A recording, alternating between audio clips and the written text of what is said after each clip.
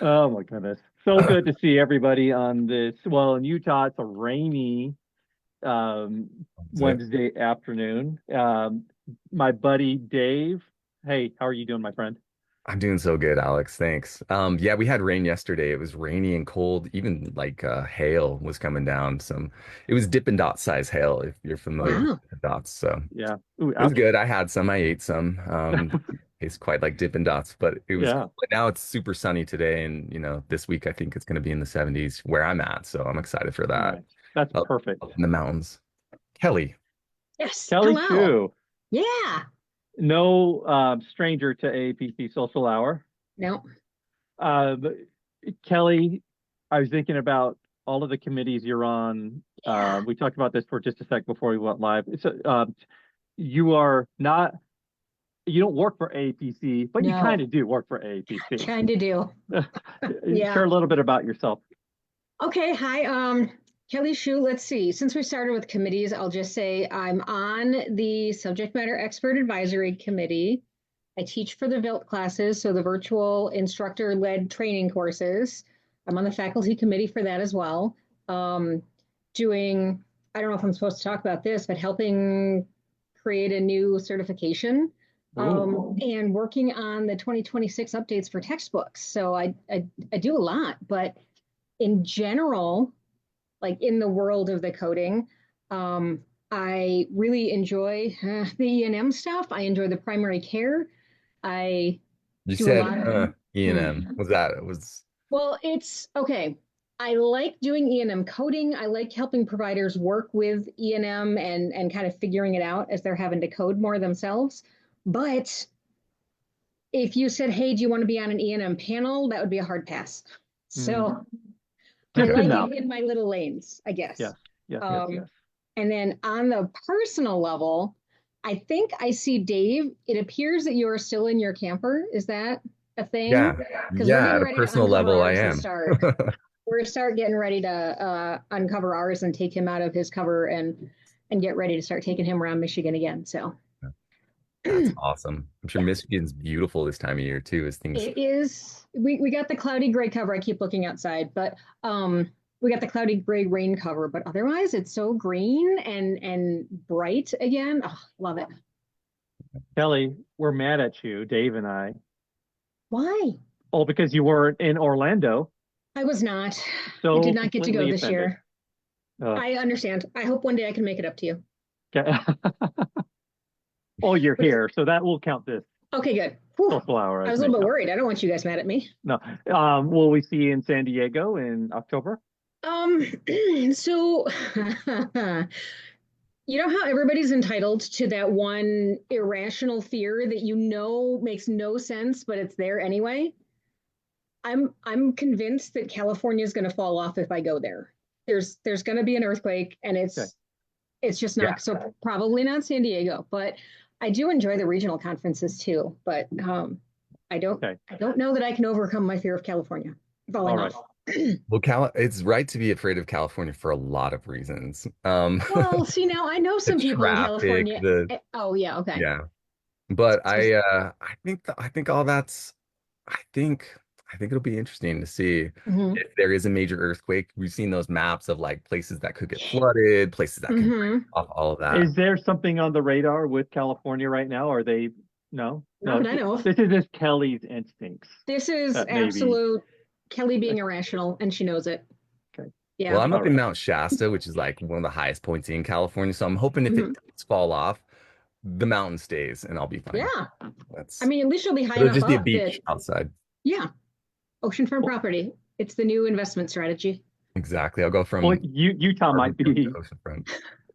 Yeah, Utah might become oceanfront someday. I mean, that could work too. Well, who knows?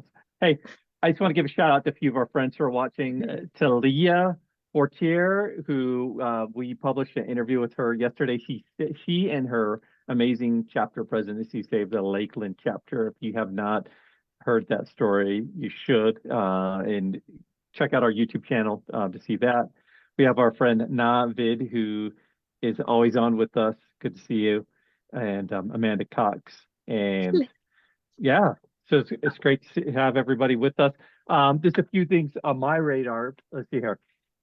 this guy, this has been sitting next to my nightstand, and before I go to sleep, every night, I look at my AAPC magazine and take a look at David Umpierre, our chapter officer of the year. So congratulations to David. We recognized him at HealthCon and all of the great work that the Puerto Rico chapter has done.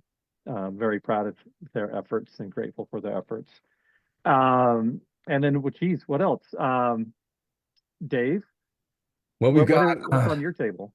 we've got some stuff coming up. We have another conference already coming up in June. We have RiskCon coming up. RiskCon's coming up, and then we've got, like you mentioned, in Sandiego, we've got AuditCon and HealthCon Regional back to back. Or I guess it's HealthCon Regional then AuditCon, but they're combined and it's a hybrid. So if you are curious about that, or you maybe live close to San Diego and you're like, hey, I can make it to this one, definitely check out the website. I think the details are posted on there already, and we're going to be adding more and more stuff to it. There's probably early bird pricing too. So if you're wanting to get in there and There is. We posted about that on our social channels the other day, early bird pricing. I think San Diego is a popular site because there's more activity on social media about San Diego and people wanting to get there. So it'll be fun. And then I love San Diego. Kelly, what's going on in your committees? Anything that you're allowed to share? Anything Oh gosh. not so top secret? Well, on another committee that, we're working through the planning for DocuCon in September. So that's, I don't know. I would expect that there's probably going to be an agenda posted in the next, 4-ish weeks. I'm just guessing at that. Nobody's told me officially. But that's been fun putting together again. We've got hopefully some news on a credential soon. We're the subject matter expert advisory committee. We are putting together a 4-hour, and I always forget the name of this one. It's not just a webinar, but it's like a 4-hour workshop. Thank you. Yeah. We have one of those coming up. We're going to be doing members of the SME committee actually did an ask and learn on an E&M panel that actually was so well received that they're going to be going back and doing a part 2 for that. So if anybody was at the first one and maybe came up with questions afterward or whatever, they're going to be back to do a second one. And then we are always churning out articles for the magazine. So.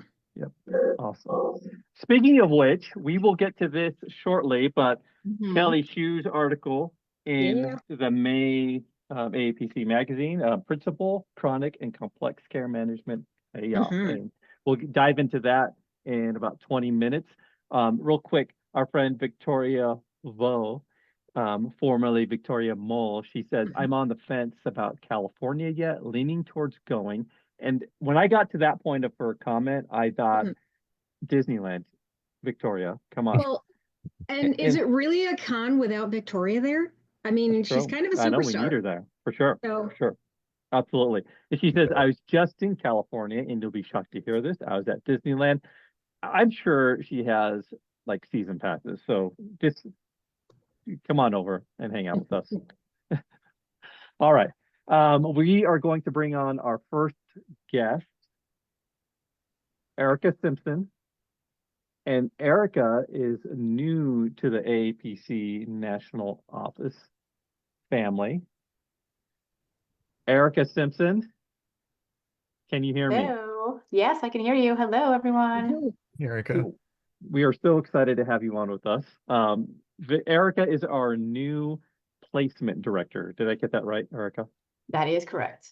Awesome. And how long have you been with AAPC for now? We are approaching a month. The 21st is going to make exactly a month, not that we're counting. All right. All right. Hey, Erica, where are you from? Tell us a little bit about yourself. Sure. So I was actually born and raised in New York, Staten Island, New York, to be exact. And I moved 8 years ago with my family to Orlando, Florida. So right now I do reside in Orlando, Florida. Okay. Nice. And she just missed our conference then. Yeah, were you hired on before our conference, or? So I literally accepted, and we were trying to make it happen, but there were so many moving pieces. But I was waving to everybody in my backyard. I literally could wave and say hi to Mickey by Disney over there. I'm about 15-20 minutes away from that area. So yeah, timing did not work out, but for next time, we'll make sure it works out for sure. That's awesome. Living near Disney World, do you guys get out there much?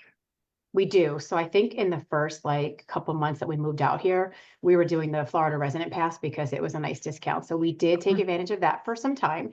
And then after, depending on how many children you have and you have to pay for them all, it gets pricey. So yes, I have 4 kids, so it adds up. And right now we take advantage of SeaWorld. So SeaWorld is not too far. The kids love it. It's easy to walk around. It's not overwhelming. So, with activities and everything, we spend some time getting out there. It's been great. All right. All right. Now, one more Disney thing. If you were to pick one Disney franchise, like the Marvel, the Star Wars, or classic Disney, what are you all about? Epcot, I like Epcot. I like concerts, because if I have a membership to Epcot, I get to go to the Food and Wine Festival, the Art Festival, and I get to go to concerts. Not that I'm pitching, and I probably should get some promotions for this, but Epcot is great, free concerts, and they have great people that go. I'll give an example, like Boys to Men, and you get a lot of boy band groups, and not just that, but you get country stars. And if you're a foodie and you love art, it's a great place. So I say Epcot all the way. I need to ask Dave this real quick. Boys to Men or NSYNC? Who's your favorite, Dave? Boys to Men or NSYNC? Oh Well, boy. typically I'm like Boys to Men versus Backstreet Boys, but Yeah. so R&B with, I mean, I guess they're a boy band. That's hard, but I would Can we throw in take New Kids on the over. Block? I think we really need There to you throw go. in New Kids on the Block, because that There might you be go. the winner New Kids for on the me. Block, yeah. Yeah. Original boy Okay. band. Yeah. Yes, Kelly says yes. Okay, Oh, we're yeah. on it. Yeah, I have the New Kids on the Block If you're Christmas out there. album. I have the Barbie dolls, so I still have the Barbie dolls from when I was a There you kid, go. and my children will never get those because they will probably rip heads off, and we won't talk about that. But they will not get my New Kids on the Block Barbie dolls at all. Well, maybe Hey. next time we're all in the office, we can you can bring your Barbies, and Yes. then I'll bring my New Kids on the Block Christmas album. We'll just all I- get together and we'll do a little I show. love it. Good idea. Navid in the comments says he says BSB, so I'm guessing Backstreet Boys. Let us know Okay. Nice. what team you're on in the comments, everybody watching. Yeah, I or love Boys to that. Men. They're in the running. Yeah. Hey, All what three. about 98 Degrees? Oh, 98 there's 98 Degrees. Degrees too. Okay. Remember Oh, 5? Yeah. Those guys? there's so many. There's so many. Yeah. It's hard to Hey. figure out. Erica, share a little bit about your role as placement director. What does that entail? Sure. So coming in, so I come from talent acquisition, HR, and education. So I have experience in the career development space, resume writing, job placement. So specifically here at AAPC, I'll be focusing on job placement. So making sure we're lining, our members up with jobs should they need them once they're certified and they sit for their exams, if they go that route. But if they don't go that route, and maybe they want to sit for externs, right? If they want to do an externship program. So I'll be focusing a lot on job placement and the externship side. So if we have members or employers that may not be able to, hire right now because of budget cuts and layoffs, we can go ahead and get those externship needs posted on our site, and we can match you up with a qualified candidate. So, that's really where the focus is right now, to make sure that we are servicing our members to the fullest and making sure all the services are being met by everyone. Okay. And Corella Lupkins on our National Advisory Board, she's kind of like she's a big ambassador of the Xtern program. Yes. Yes. How does what you do complement and support what she does? Yeah, so what's great is she got it started at HealthCon. So she was there at a booth, and she got so many interested, prospects, and we've been tackling that first to see how we can partner with them. And I will continue to partner with Corella because she has been, helping us out. We've got Lee, also Director of Education, who has been helping us out with needs. Sometimes we have internal needs when it comes to job placement or interns. So collaboratively, we are all working together to make sure we're servicing our members and making sure we have a need for everyone who, needs to be placed, whether it's a job or externship for sure. There's a lot of moving pieces, but we're going to make sure we all figure it out together. Yeah. And I know one challenge that the externship program has had in the past is employers feeling like it's a program that they're able to manage. And I really feel like Corella has worked hard to try to break down those barriers. Do you have any thoughts about that, Erica? And what should it be like for an employer? Sure. So if an employer needs you know, someone to get into a role and they don't have the capacity to pay, right? We can have an externship come in the door. And what that means is there could be a minimum of maybe 160 hours, but it's a custom type of fit, right? So they can be flexible, they can work part-time, they can work full-time, they can work remote. And the great thing about this is they can mold them and train them exactly what they need and that type of individual to work for their organization. So this is why we call them kind of like the fresher, you know, graduates or those that get certified new, you know, in their career, because they're easily, you know, just trainable, moldable to fit your employer needs. So that's why we like them. I used to do nurse recruiting back in the day, and sometimes we had nurses that came from like the ER or just really high paced, and they were not always trainable. Like sometimes they were, sometimes they just, you know, kind of just like anyone, like who's been in the industry for quite some time, you kind of set in your own ways, and change is really hard, but we can do it. We all have to do it to kind of just, you know, make things work in our lives. But that's the great thing about, I think, the externship is that you could get someone who has a little bit experience or has, you know, no experience and really mold them to what you need, which is great. And then if you love them, you could take them on and hire them, and you've already got someone in the door that you've trained, and you don't have to look elsewhere. So it kind of just solves a lot of the everyday hassle of maybe posting a job, waiting, interviewing, and it just takes time, and we don't always have that time. So Yes. yeah. Kelly, do you have Mhm. any perspective or thoughts about the externship program and how, I don't know, just generally about it? So I do actually, and I am so excited that the extern program is kind of expanding. 8 or 10 years ago, I worked for a company that was one of the sites for it, and for a little bit, I got to kind of be the contact person, the overseeing person, and being able to bring people in and give them that hands-on experience was super. I don't know, it was fun, it was enjoyable, it was not really that much extra in terms of administrative work to do with them. It's like setting anybody else up to train and learn. And it was really, really satisfying for me to give, especially the people that were super excited, just a little bit of extra and kind of set them up on that path. So I love that program, and I'm so excited that it's really kind of going gangbusters. Yeah. Cool. My, Quest- go ahead, Oh, Dave. sorry. Alex. I just had a question for Erica. So, Sure. as far as the company organization, are you working with other people in the company, and who are those people that you're working with? I'm just curious who's kind of on your team that's heading up the Project Xtern stuff. Yeah, so I'm a little bit all over, right? So I am, yes, with Corella. I am going to be working with Lee, of course, Director of Education. I'm under Ray, so President Ray Marie, yes. So I will be working directly with her as well, but she is super busy. So I am kind of pivoting. I will be taking on, we have a resume service, so we're making sure that's up and running. We have a few different things kind of in the works.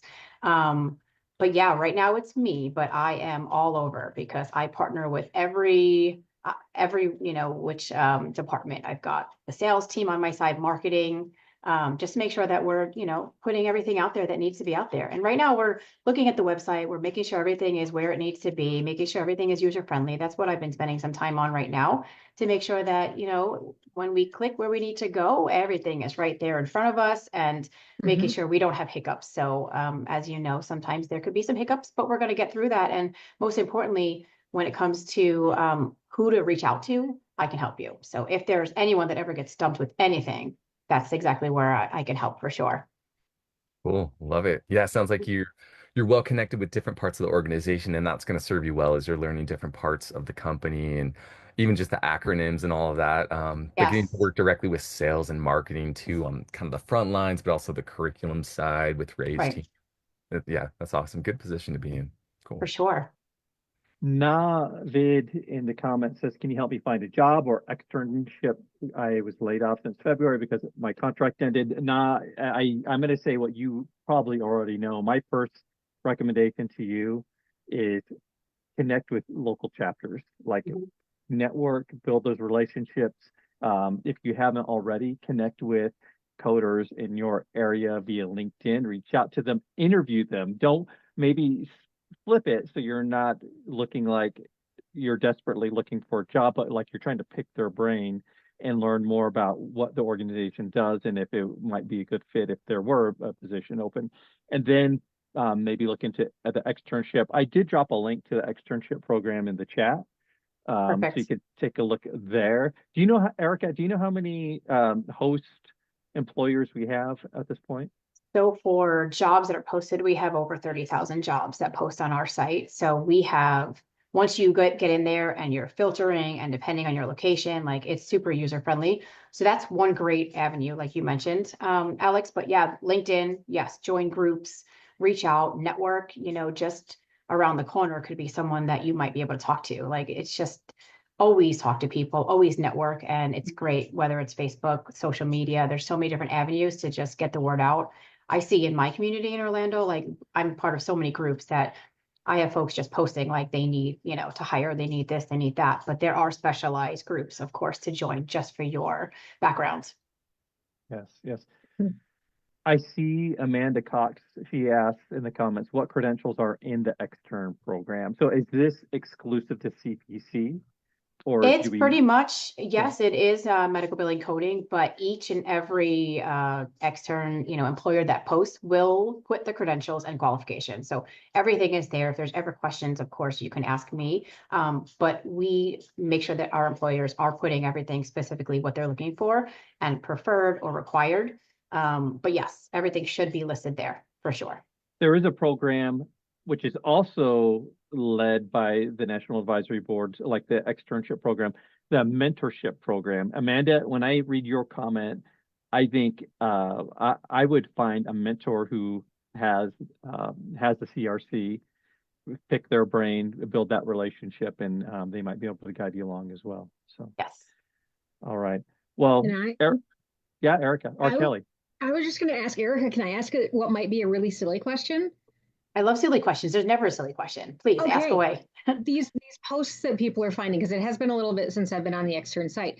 Yeah. Are they posted in with the regular job postings, or do you have like a separate space just for the Xtern postings? Yes. So there is, when you go to the job area, you'll have to filter just by Xtern. So you have, when you kind of go to the job website, it's all kind of in there with just the jobs, but then, you just got to put in the Xtern, drop down. This is job type Xtern program. Fantastic.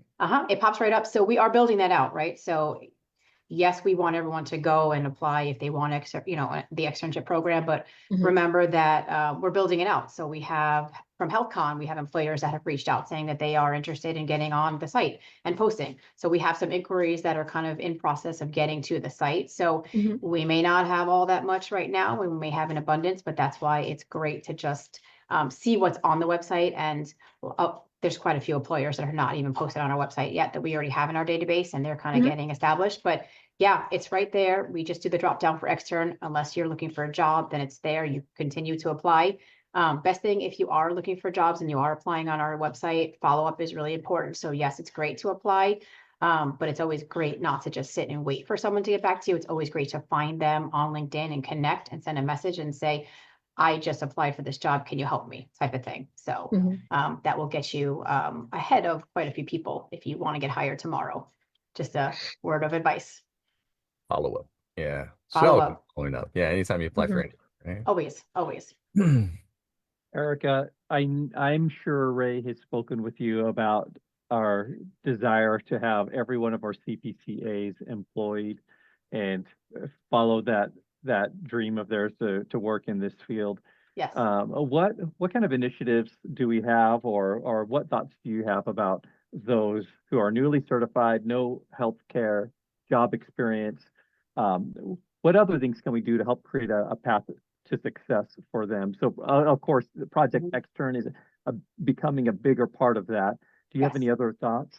Sure. I would say get in the door with an opportunity, right? So it may not be your ideal role that you're looking for, but get in the door. And that's why not just externship. Of course, we do need to make money, of course, right? So get in the door. It may not be, I can say my first maybe handful of jobs were not really what I wanted it to be. And I was not the happiest. And it really wasn't where I wanted to spend the next 15, 20 years. But it got me to where I am now, right? Like it was just like that foot in the door to grow, to build a resume and to learn, and experience is everything, right?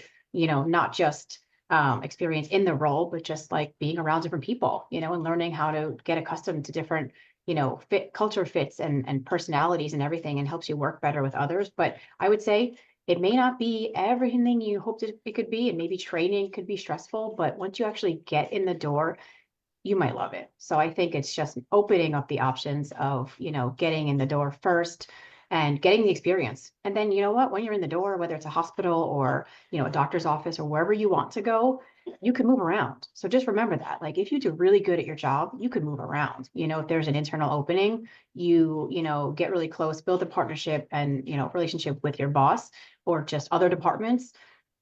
Internal movement is such a big thing these days too, because you have the exposure with the company. You learn the ins and outs, and that's what we spend so much time in the beginning of a new role, like me, right? I'm spending weeks just getting to know everything about AAPC, getting to know all the people, what role everyone serves, and how I could benefit from learning and getting to know everybody. So I think just remember that foot in the door, that job that you get may not be the same job you're at in 10 years, right? And most of us can probably say it hasn't been. Some of us could be OGs at AAPC, I know, but not all of us are lucky to stay in the same role, but it gets us to where we need to be. So it's all about timing. So I feel like we are where we're supposed to be. And I think we just need to open up the door to an opportunity, and make sure that we can see past the things maybe we don't love right now. I believe even Ray, our president, he started as like a medical records clerk and then moved Right. her way into that. Dave, Yeah. Dave, Yeah, I what was just gonna- advice do you have? Oh, what advice do I have? Yeah. Well, I probably don't have the greatest advice for this as far as Project Xtern stuff goes because I'm not too well versed in it. But just as far as the overall getting your foot in the door, right? I think that's the biggest thing, right? Because all the opportunities happen once you have that first step in the door, and it's kind of that. I feel like that's the hardest part, right? That's the whole unknown. And then once you're there, it's like, oh man, this is, you can figure it all out from there. But Yeah. but It's either oftentimes it's just the for you or motivation to not. do it. So I like Erica that you're so encouraging of it and to reach out and that you're a good point person for all of that. So if you're listening on the chat, definitely reach out to Erica. That's awesome. We did have Yeah. a comment in the chat that I wanted to, or a question that I wanted to ask you from Melissa Guerrero Quevedo. Sorry if I butchered that. Elisa was asking, is the Project Xtern something a CPC-I should offer as part of their program? If so, how would that work? So an instructor, how would that work? That's a good question. I probably have to get back to you on a later date for that, but you can feel free to reach out to me and I can get that answer for you directly. Yeah. Nice. Just want to make sure I give you that correct information for sure. Perfect. Good question. I think every one of our partner educators should be promoting this because they want, I know they want, Victoria, one of them who's watching. Yeah. But they want success for every one of our students and their students, and they want everybody to realize that dream of being a coder. So I don't think this is, and I could be completely wrong, Erica, but they should be talking about it.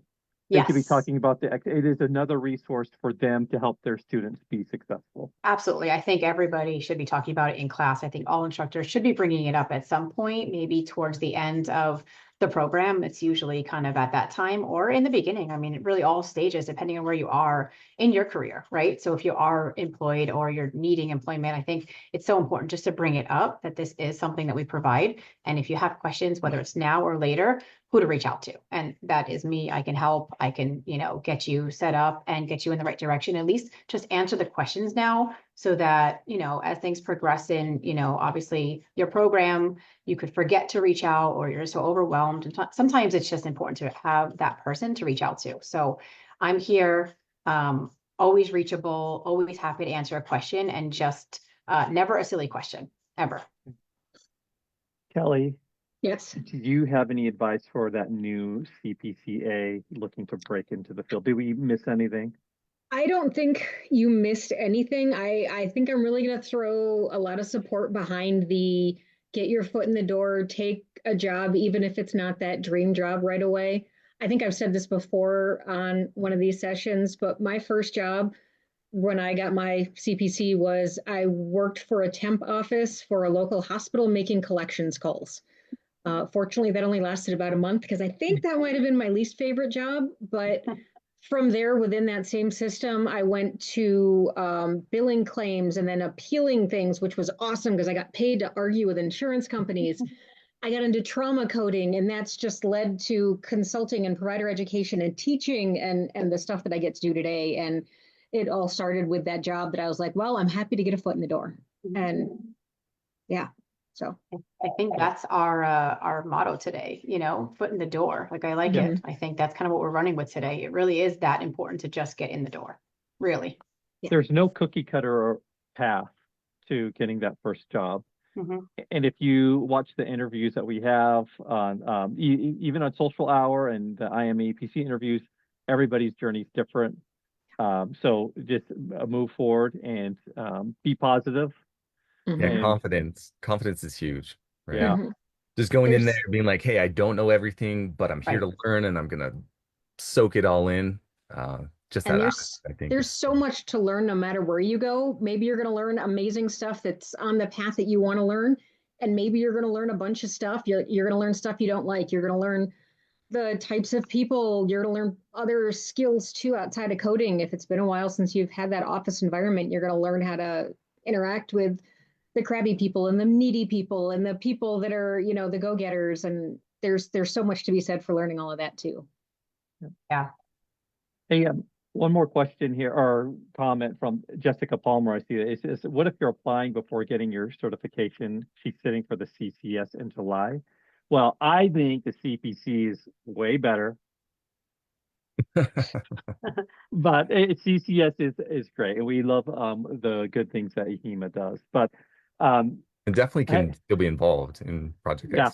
Yeah. Oh, and I would say, like, this is one of the beauties of AAPC membership. I cannot speak for what EHEMA does, but Jessica, if you are not an AAPC member, consider just joining, just to have that ability to go to your local chapter or chapters across the country or across the globe virtually, and build those relationships now. In fact, Talia and Jen, her vice president of her chapter, Jen is a non-working, has never worked as a coder. She is completely involved to build those relationships, to build that confidence that Dave spoke about.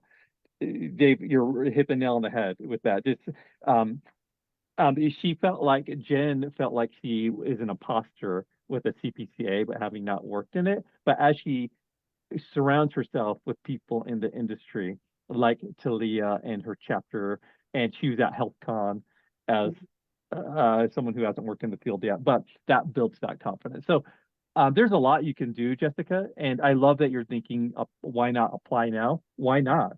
It's not unheard of. So to add to that, applying early is great, right? So it could take employers 2-3 months, who knows how long to get back to you. So if you're applying on Indeed or LinkedIn, you could be one of like 300 to like 1,000 applications, right? And are you following up? Are you reaching out? Are you connecting? Like, they might just ignore you. It could take a long time. So yes, July seems far away, but it really isn't. So when I was in career development and I was in education and in college, I would say apply now. And by the time that they start the process, you could just let them know. They always ask the question, like, when can you start, right? Even in the application, it's normally there. So you could just go ahead and put that, and you put some notes, you know, we'll be sitting for exam, will be completed by this date. And you already just like explained your whole story in like 2 sentences, right? So yes, it could take a while. Apply now, apply early. The more you apply, the better the chance. It's a numbers game. I came from like a environment that was really high driven with metrics and KPIs, and really important with numbers. So anyone I talk to, whether it's trying to get a new job, getting a job, getting something going, it's a numbers game. You really got to put the time in to get what you're looking for, and the right opportunity will come about, and you will start getting interviews. So yes, never too early. If it's like 3 years early, yes, but never too early. A couple months out is good. There are other. Go ahead, Dave. I was just gonna say, a few people are asking for your contact info. So yes, okay, if I put that in the chat, is please. it Erica Yes, Simpson? please. Yes, please. Yep. Okay, I'll put that in there for everybody that's asking. Yes. So. Julie, go ahead, Erica. Nope, go ahead. I said I'm looking forward to being flooded with emails. I love it. This conversation excites me, and I love what I'm seeing in the comments. Dave is managing all of that. Jessica Palmer, she says, oh geez, where did it go? Oh, Can we join AAPC as a student? Yes, absolutely. Jenny Willoughby, I love this question. She says, are there any foot in the door jobs that you would steer a new person away from that is hoping to end up as a full-time work as a coder? And Paul Dodonna, I've known him for a year now. He was at HealthCon last year in Las Vegas as a new CPC-A with no job. This year, he's at HealthCon as a working coder. And he told me he went into ChatGPT and said, what are some good jobs within the revenue cycle that could lead me to my, foot in the door type of jobs? 100%, And yeah. I'm not asking that, I'm not saying this as eloquently as you don't even need to ask ChatGPT that eloquently. It's really good, and it's going to give you. Paul literally did this, and it gave him a big old list. So, Jenny, I'd recommend you try that. Yeah, technology is great. Really is. Okay, and you guys need to be nice with Erica in her email. No. Yes, please. No. What is it? Name your spam email. Right. Yeah. Yes, I will respond as long as you let me know what you need, and I will get back to you. Of course, I'm here to help. Awesome. I cannot guarantee employment, but I can help you get to the direction. So I just want to make sure I make that clear. Cannot guarantee, but I can help you get closer, get to the direction, get where you want to get to, and be that helping hand along the way for sure. And we do sometimes hear from employers that have needs immediately. So yes, you can get put into that bucket should we hear something that matches your background for sure. Awesome. To Yeah, one close- last comment there in the chat. Alyssa was saying, highly recommend going along with what you said, LinkedIn and placing open to work status. Tons of recruiters reaching out on LinkedIn. So yes, recruiting is great. I came from that world. So if that is, you've changed the photo, you put, open to work, like they will go ahead and search that and filter it and reach out to you. And if there is a need in the area, but I would connect with all recruiters in healthcare. That's definitely where I came from. So it was helpful in my journey and helpful in just connecting and building the network that you need for sure. I will close this discussion by saying this. In the digital world, it can be very negative. And oftentimes we hear, or those negative voices can feel like and seem like they are louder than the good, positive voices. So we believe in every one of you who is looking for that first job, and it can happen. And those stories are out there, and we hear about them every day. But if you let yourself be consumed with those negative voices that you hear and see online, it's just going to drag you down and honestly ruin that confidence that you're trying to build that Dave mentioned. So just stay positive. Look for those positive stories. They are out there. Check out our YouTube channel. Check out, talk with your local chapters and get to know people there. And there is a path for you and a place for you in this industry. So always, for sure. Very much. Okay. Erica, it was a pleasure getting to know you. We'll have to have you back on sometime. I would love to come back. Thank you so much for having me. I appreciate it. You're welcome. We'll see you, Erica. Nice meeting you. Nice meeting everyone. Take care. All right. That's a good discussion. Lots Oh, of man. comments in the chat about Project Xtern. So excited for the focus on that. I can't even tell you, as somebody who's worked with a lot of students over the years, it's great to have that as an extra resource available for them. Yeah, do you mention that in the, because I know you and we've worked with Vilt since the beginning. So is that part of the Vilt curriculum is to talk about Project Xtern? I don't remember if it's somewhere towards the end of the program. I think that's where I learned about Erica, is it was in a Vilt email that I got to faculty, but it is something that I've brought up with my students as they get closer, depending on the class, as they get closer to the end of their CPC or CPB courses. And I believe it's actually getting to be more of a focus now that there's other not during the courses, but after the courses, extra reviews and there's other meetings for students who have recently finished curriculum to kind of meet and get recognized and learn about all the other resources and things. And I think Vilt is getting mentioned in that a lot more. Not Vilt. Xtern is getting mentioned in that a lot more. Cool. That's good. So, yeah, very exciting. Yeah, we have so many different programs, and so it's like, for new students, we've got to make sure we cover all the bases. We have Xtern, we got the mentorship, we've got the ambassador. Wow, what is it? Ambassador. There's an emerging Emerging leaders. leaders. Yeah. Mm-hmm. And then we've got conferences, we've got workshops, we've got webinars. We have all these different products to help people crack Mm-hmm. the code, study guides, so Yeah. many different things to Local help our chapters. students. Yeah, the local chapters, so many different things that I think for new students in the VIL program, it's Mm-hmm. good to introduce them to all those things and let them know, hey, there's a whole world of great resources. However you learn best, we can Mm-hmm. accommodate that. So Even HealthCon, I know this year we launched that CPC-A track. It was the first time, and I wish I knew more about it, but I know that going back to the Lakeland, Florida chapter, and Jen, who was at HealthCon as and never have worked as a coder Mm-hmm. attendee, she said that the best thing about that CPC-A track at HealthCon was the optimism and the belief. It just really helped her feel like, hey, I have my CPC certification. I'm a coder, and she surrounded herself with all of that positive energy that kind of just will help lift her as she That's so continues awesome. her job hunt. Yeah.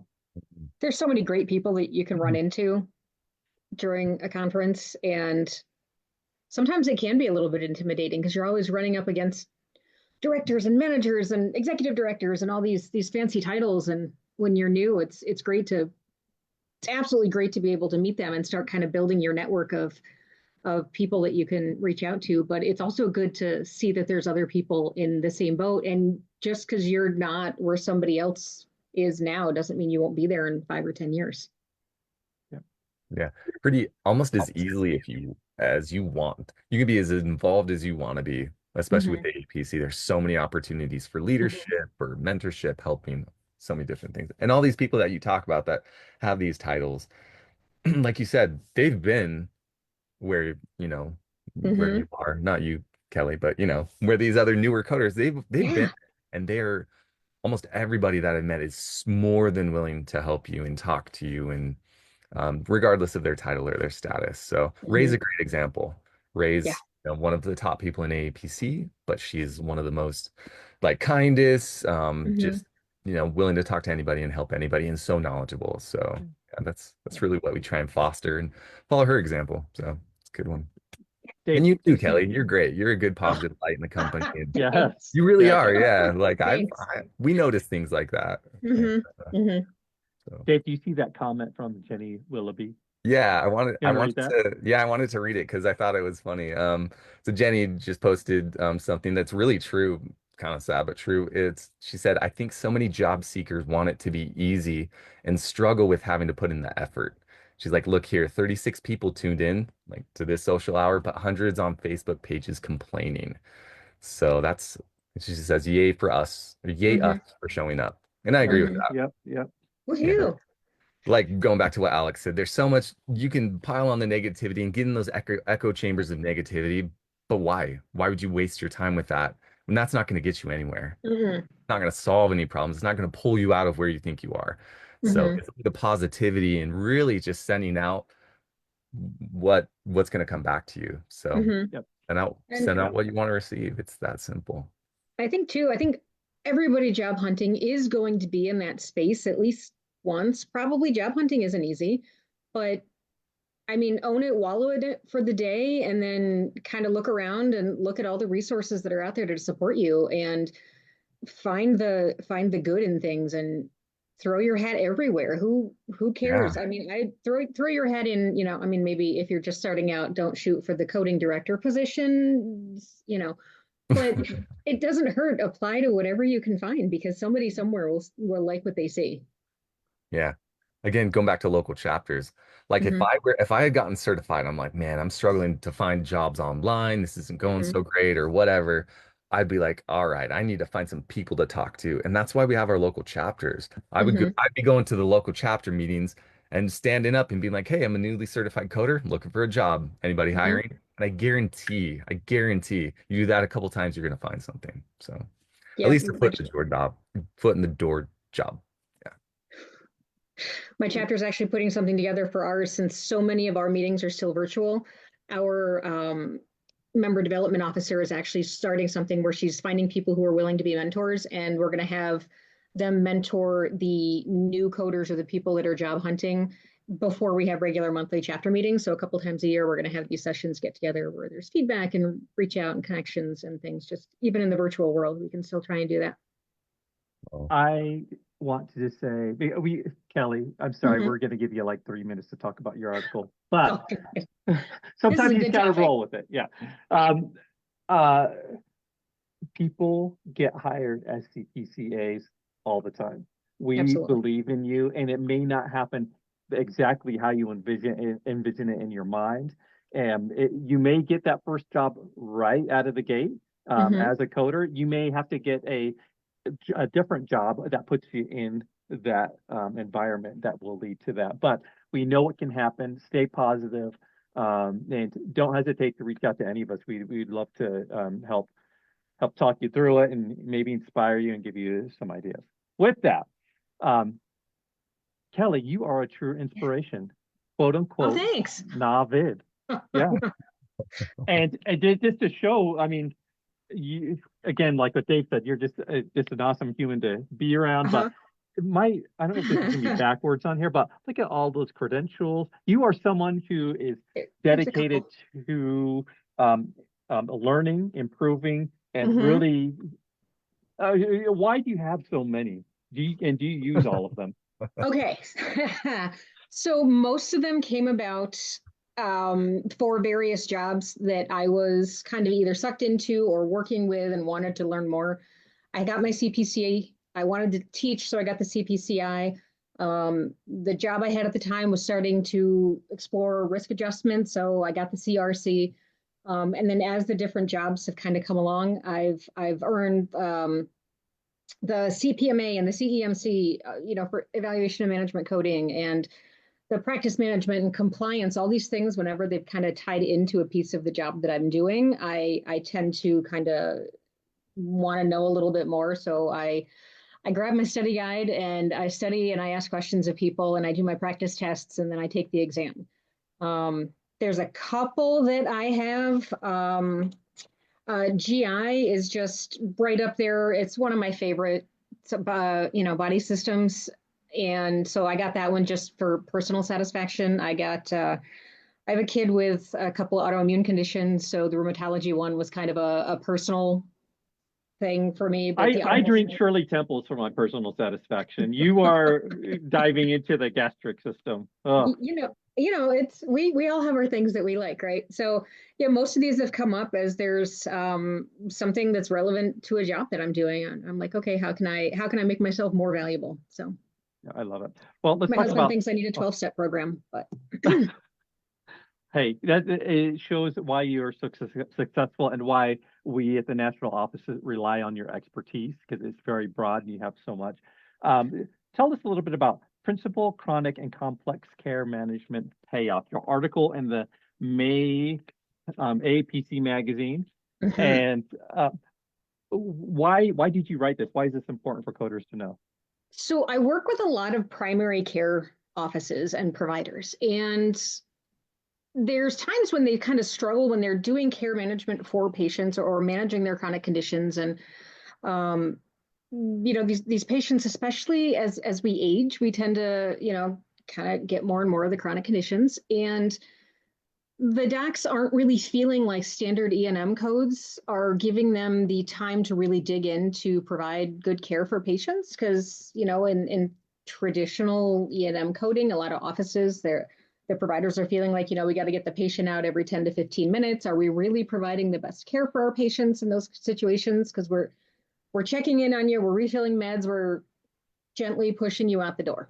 So these care management codes really allow the providers to kind of dig in and really focus more on the overall health and well-being of the patient, and maybe factoring in other services that will help the patient be successful with their treatment plans when they're outside of the office. So it's really a more all-encompassing ability to provide really top quality care for their patients. Okay. Was there a certain situation that prompted the article, or just what you're dealing with? It's just some of it kind of comes from when these first were announced, I was like really, really excited. And then when principal care management came in a year or two later, because the chronic and the complex chronic care management codes were introduced first, and providers were like, well, that's great for my patients who have multiple conditions or the really multiple high complexity conditions. Those are great. But what about my patient who's only got, maybe one condition that requires just a lot of work? I got this one diabetic patient, and getting him to be, compliant is just so much effort, but E&M codes really don't support that, the standard ones. And then the CCM and the CPC-A, the patient wasn't quite at that level. So when the principal cares came out, I just had so many providers that were so excited about these, and we had to kind of dive in and do a lot of work and see them. And I know they're getting a lot of attention now, so it seemed like a good time to have this, because sometimes reading through your CPT book is not what everybody wants to do. There's a lot of information in there, and it's really, really good, but sometimes it's a little dry. Well, there may be, not maybe, but there are coders, new student coders, and those looking to get into the industry who are, who may have received this magazine and, or are listening to this, and their heads might be spinning. So, if we're to break this down a little bit, just from the title right out of the gate, you're talking about three different management systems: principal, chronic, and complex care.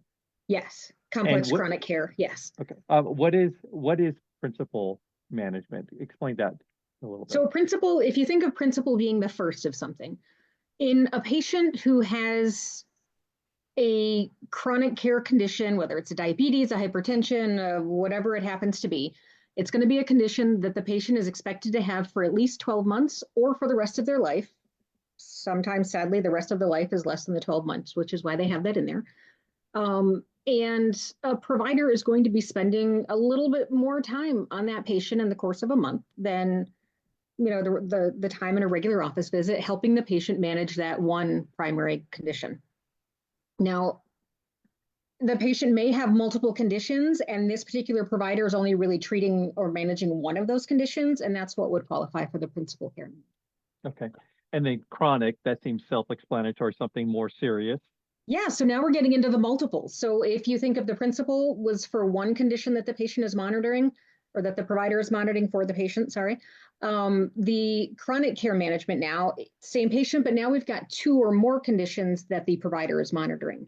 And these are going to be conditions that might not really require a high level of care, but a little bit more effort, because we're managing maybe multiple treatment methods, multiple prescription interactions, other specialties that, the patient might be seeing. So there's a little bit more work involved in those chronic care management patients.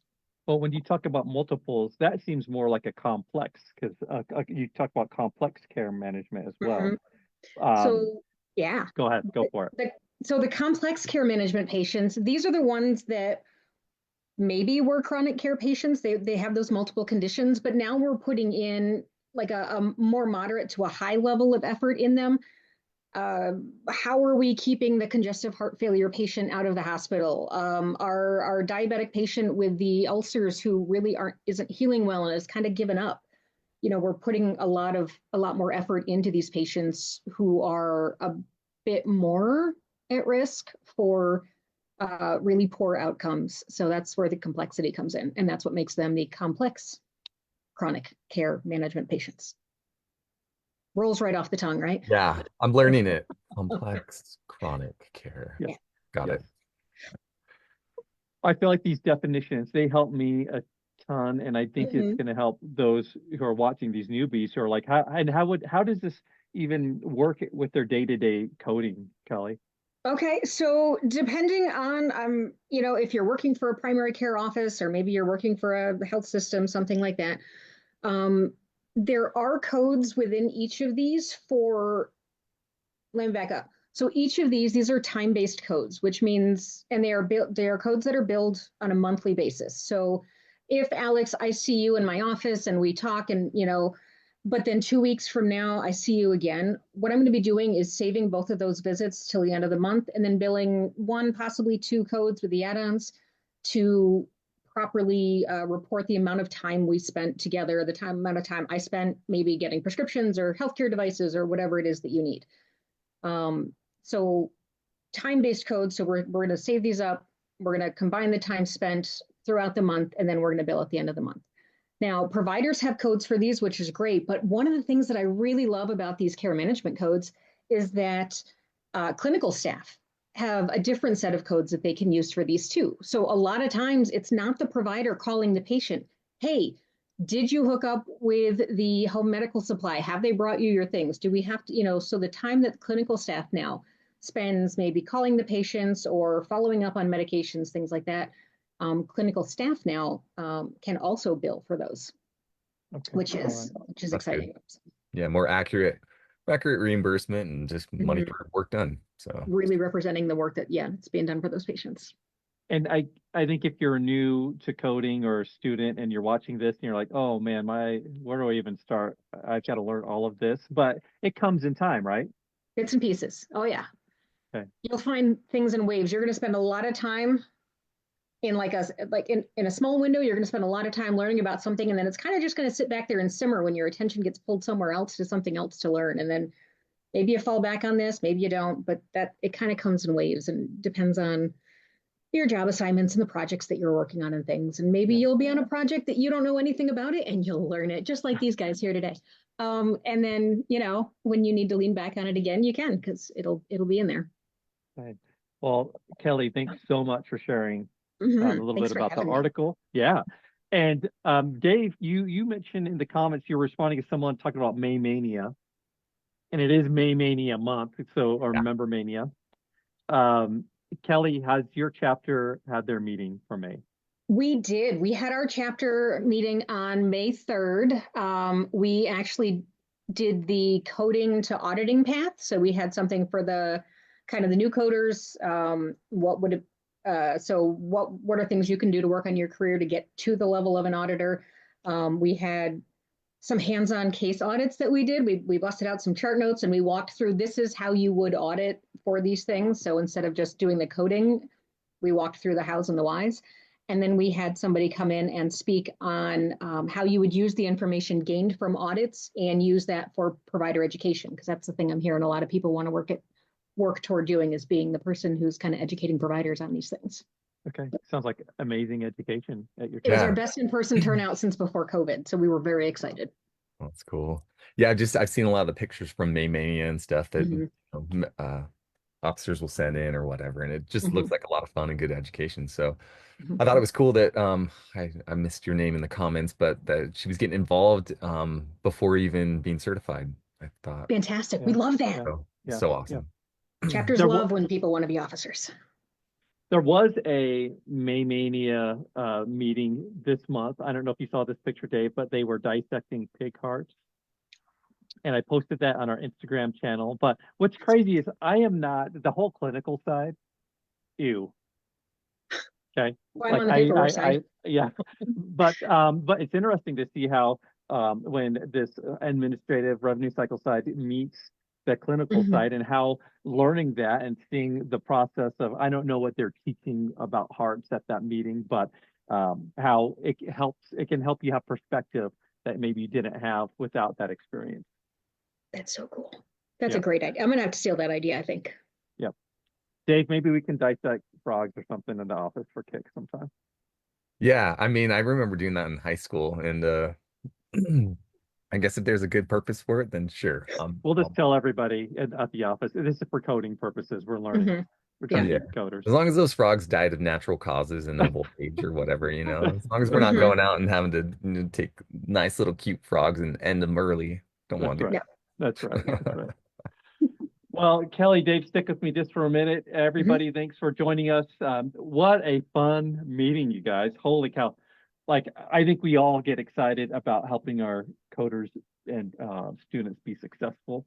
And Dave and Kelly and Erica shared so much, and hopefully we lifted someone's spirits and gave a little hope to one, or even if it's just one, it's well worth it. But it's good to have you guys on with us, all those watching. We hope you have a great week. We will see you in 2 weeks. And that's all I got. Happy May Mania month. Be May Mania. Thanks, Good luck, Kelly. everybody. Yes.